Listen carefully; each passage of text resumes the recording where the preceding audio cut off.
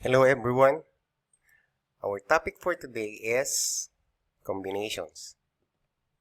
Ganito lang yan. Again, this is Crisanto Domingo, Head Teacher 3, Pedro T. Urata, National High School.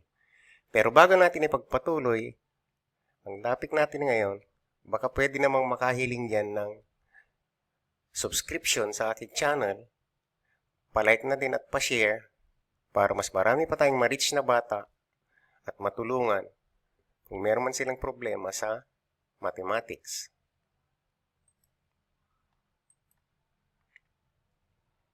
Now, arranging a set of objects in such a way na yung order o yung ayos ay hindi natin kino-consider, ang tawag ay permutation. Yan yung pinag-aralan natin last time. However, in most situations, one is only interested in selecting R objects from a set of N objects without any regard sa ayos in which yung mga objects na napipili. Yung subset na nakukuha natin doon, kung saan yung elements ng set ay hindi importante yung ayos, we call that combination. So halimbawa, balikan natin yung permutations. Let's say, si letters F, G at saka H, kukunin natin yung kanyang permutations, taken 2 at a time. So we have FG, GF, and then GH, HG, FH, at saka HF. Now, paano naman kung combinations? So si FG at saka si GF, pareho lang, kaya si FG ay sapat na. Kay FG at saka GF na permutation, okay na yung FG dahil isa lang ang tsura nito or pareho lang sila. And then we have GH and HG. In combinations, that would just be the same as GH. The same holds true with FH at saka HF. It's just the same sa combinations kapag nilagay natin si FH. Ayan. Let us now formally define combinations. So, a combination is a selection of R objects na pinili sa grupo ng N objects without regard to the order and is denoted by N combination R. In symbols, N combination R is equal to N factorial all over the quantity N minus R factorial times R factorial. Now, para mas madali natin itong maintindihan, let's have some particular examples. Number 1. 8 combination 3 is equal to 8 factorial all over 8 minus 3 factorial times 3 factorial. So that would be equal to 8 times 7 times 6 times 5 factorial. Now, bakit hindi natin diniretso hanggang 4 times 3 times 2 times 1? Kagaya nung ibig sabihin ng 8 factorial. Sa denominator kasi, 8 minus 3 factorial is equal to 5 factorial, which will cancel out the 5 factorial in our numerator.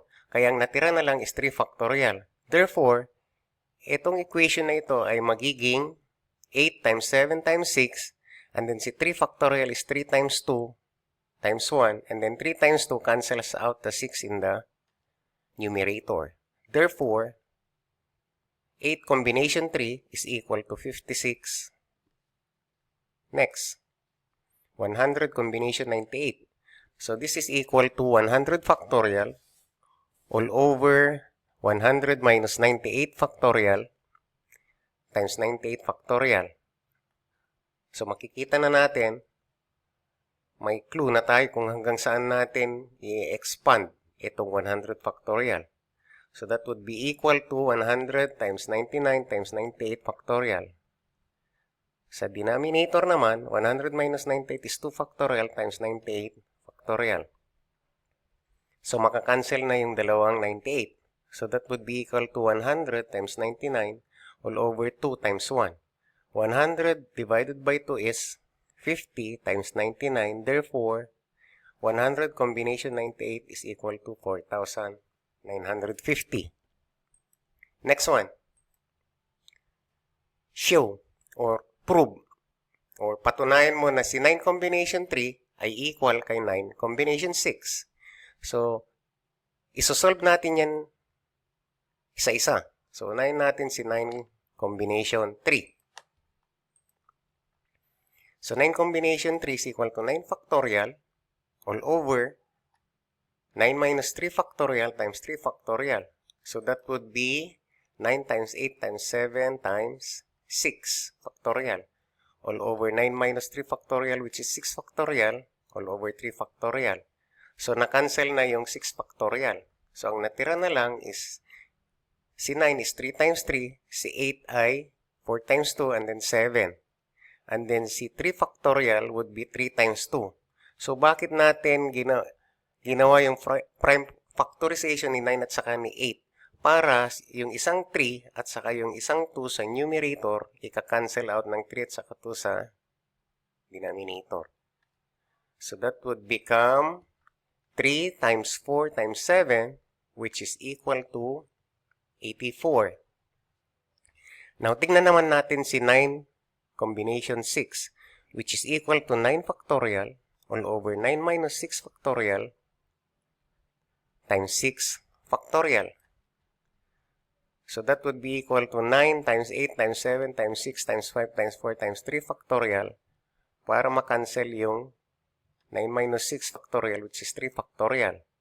So, ang naiwan na lang is 9 times 8 times 7 times 6 times 5 times 4, tapos si 6 factorial ay 6 times 5 times 4 times 3 times 2 times 1. So, si 6 times 5 times 4 sa numerator will cancel out 6 times 5 times 4 sa denominator.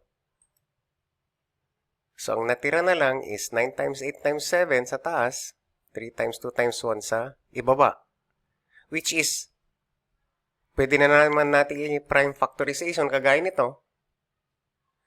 So, that would be equal to 3 times 3 times 4 times 2 times 7, which is 3 cancels out the 3, 2 cancels out the 2, kaya ang natira na lang ay 3 times 4 times 7, kagaya nun, which is equal to 84. Therefore, equal yung left hand side of the equation doon sa right hand side. So, na-prove natin na equal sila. Next example. Worded problem naman tayo.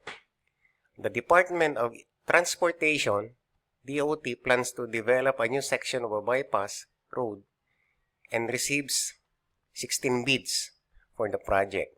So, alam niyo naman, di ba, sa gobyerno natin, kailangan may bidding pag nagpapagawa tayo ng project. So, the DOT plans to hire 4 of the bidding companies. So, 4 ang magbibid. How many different companies can be selected from the 16 bidding companies? Kasi 4 lang ang kukunin nila mula sa 16. Diba? So, here, our N would be 16. Our R is 4. So, 16 combination 4 is equal to 16 factorial all over 16 minus 4 factorial times 4 factorial. So, that would be 16 factorial all over 12 factorial times 4 factorial. Which is, pag in-expand natin, magiging 16 times 15 times 14 times 13 times 12 factorial, which will cancel out the 12 factorial in the denominator. Kaya ang matitira na lang is si 4 factorial. So that would be equal to 16 is 2 times 2 times 4, 15 is 3 times 5, and then we have 14 times 13. So, 4 and 3 cancels out the 4 and 3 in the denominator. Yung isang 2 cancels out the 2 in the denominator. So, we have 2 times 5 times 14 times 13 na natira. Getting the product of this, we have 1,820. Thank you, guys.